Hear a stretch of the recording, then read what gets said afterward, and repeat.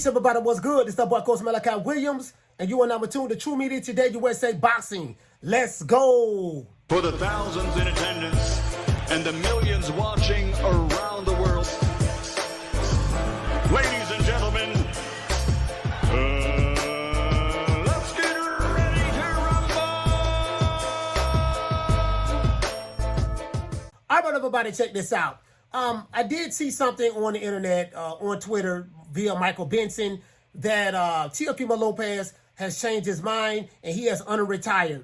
Now, once again, no one believed that Teofimo Lopez retired in the first place. I don't even think Teofimo Lopez fans believe that. Well, maybe some of them did. But I remember when the announcement was made by Teofimo Lopez that he was retiring on my show, and I shot a video basically saying that I do not believe Teofimo Lopez. Teofimo Lopez is looking for clout. He's just trying to get attention from the people. After beating Josh Taylor, we do know, I guess he was hoping that he was going to get a whole bunch of cries. No, Teofimo, please don't retire. Please don't retire. The boxing needs you. He wasn't getting any of that shit from the boxing public. And then the WBO, as a matter of fact, let me read to you what the WBO said. Apparently, the WBO called Teofimo Lopez's bluff. And from what I'm reading here, Paco of the WBO, I think he's the president, he said that the game is over. Teofimo Lopez just informed me in writing that he will retain his WBO title. And that's what he said.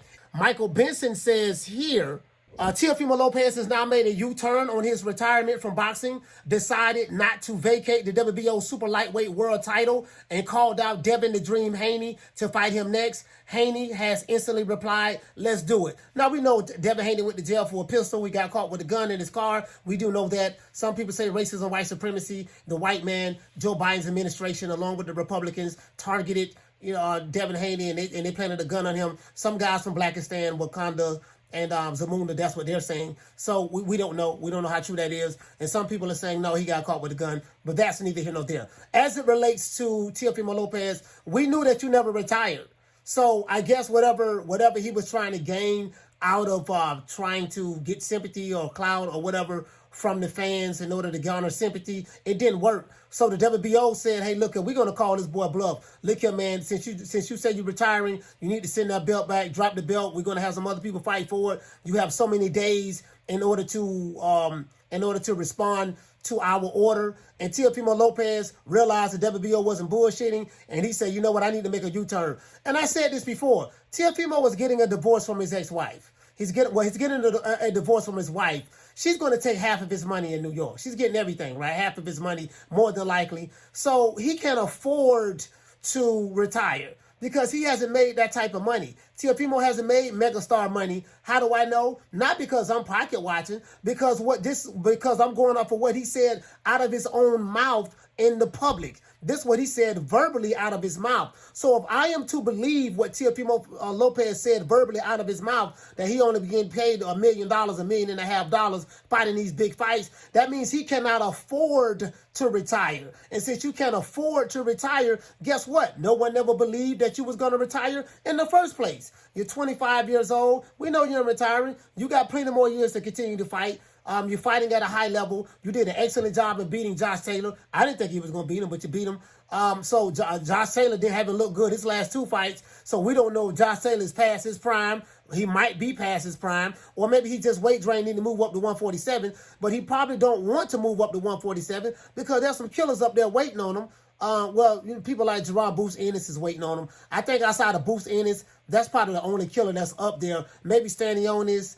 Virgil Ortiz moved up to 154. Crawford and Spence is moving up to 154 after Spence getting knocked out on the 29th. So I think, that's pretty much it. So, Teofimo Lopez, he's going to have to fight those other guys at 140. We'll see exactly what he wants to do. I think Teofimo Lopez does want the smoke. One thing about Teofimo, I would never say that he's a duck. I would never say that he doesn't accept challenges. Teofimo wants the smoke. He don't duck nobody. And the Teofimo that I saw against Josh Taylor and the Teofimo Lopez that I saw against Vasily Lomachenko, it's going to be very hard for anybody to beat that Teofimo Lopez. Unless you're a Subriel Matias. A Subriel Matias may stand a really good chance of beating Teofimo Lopez.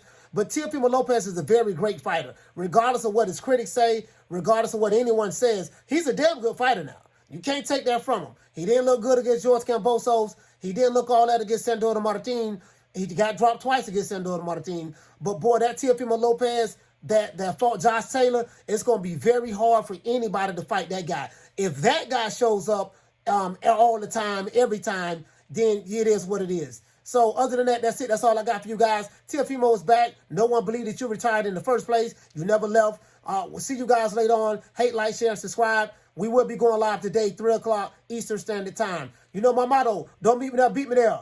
Peace. Man, I'm out of here, bro. Let's go.